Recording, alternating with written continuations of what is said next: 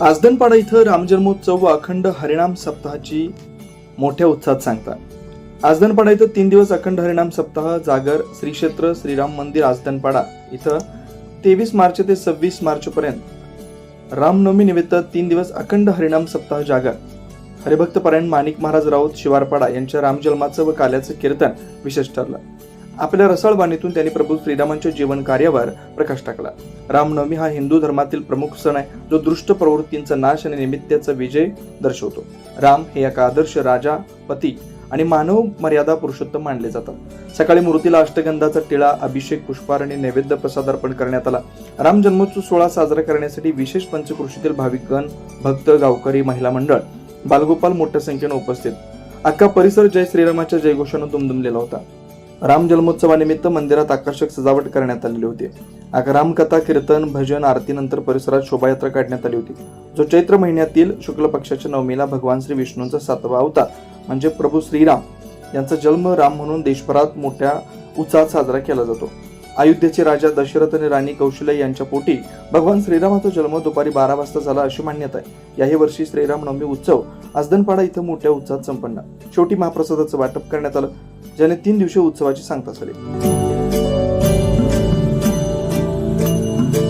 राजाच्या पोटी अज राजाचा जन्म झाला आणि अज राजाच्या पोटी राजा दशरथाचा जन्म झाला आणि त्या दशरथ आणि कौशल्यवतीचं लग्न लागलं.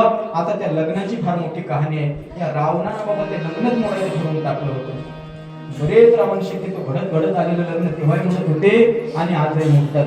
रावणानं ठरवलं तर प्रभू रामचंद्र जन्माला मला मारत असेल, सतीचं भविष्य असेल तर लग्नच लागू द्यायचं नाही असं म्हणतो. तो मंडप मोडून टाकला, ब्राह्मण पळवून लावला आणि सगळं उद्ध्वस्त करून टाकल्यानंतर त्या दशरथ राजाने कौशल्य मातेला समुद्रामध्ये भिरकावून दिलं. अहो त्याच नावेच्या काही तुकडे राहिले त्या लाकडाची आणि एका नावेच्या लाकडावरती दशरथ राजा आहे, एका लाकडावरती कौशल्य माता आहे. त्यांची बेटावरती भेट झाली, तिथे नारद महर्षी आले आणि फक्त तिघांमध्येच लग्न झालं. देवाचा जन्म म्हणजे जीवाचा आणि शिवाचं लग्न आहे. जीवा शिवाची जडली समाधी, मिटला प्रपंच तुटला. कौशल्य माता म्हणते धन्य आहे माझ्या वंशामध्ये चक्रपाणी. आजच्या दिवशी दुपारी ना मौली सूर्यनारायण आपल्या कानातून अमृत सोडतो आणि त्याचं सोनं जन्माला येतं.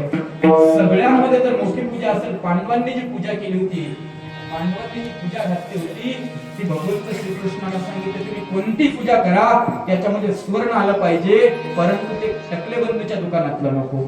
आज दुपारी जर सूर्य थांबवलं 2 मिनिटं देवाच्या जन्मासाठी, सूर्यनारायणाच्या कानातून जे अमृत द्रवल त्याच्यातून कार्यस्वर्णाचा जन्म होतो. कार्यस्वर्ण कुठे भेटत नाही. आता अजून आपला विषय थोडा लांबत जाईल. मी धन्य आहे, परंतु नुसतं धन्य नाही. राम जन्माचा सप्ताह असेल तर माझे दामोबाबा म्हणत असतील, बाबा म्हणत असतील, नुसतं मंदिर स्वच्छ करून चालणार नाही, नुसती नवी कपडे अंगावरती घालून रामनवमी करायची नाही. आपले विचार आपल्याला सुंदर करायचे, आपलं गाव स्वच्छ करायचं आहे, आपलं मंदिर स्वच्छ करायचं आहे, आपली गल्ली स्वच्छ करायची आहे. आणि सगळं स्वच्छ झालं की 10 दिशा कशा होतात, अभंगाचं 5 वचन. 24 महाराष्ट्र न्यूज लाईव्ह प्रतिनिधी श्री धर्मराज चौधरी पेठ.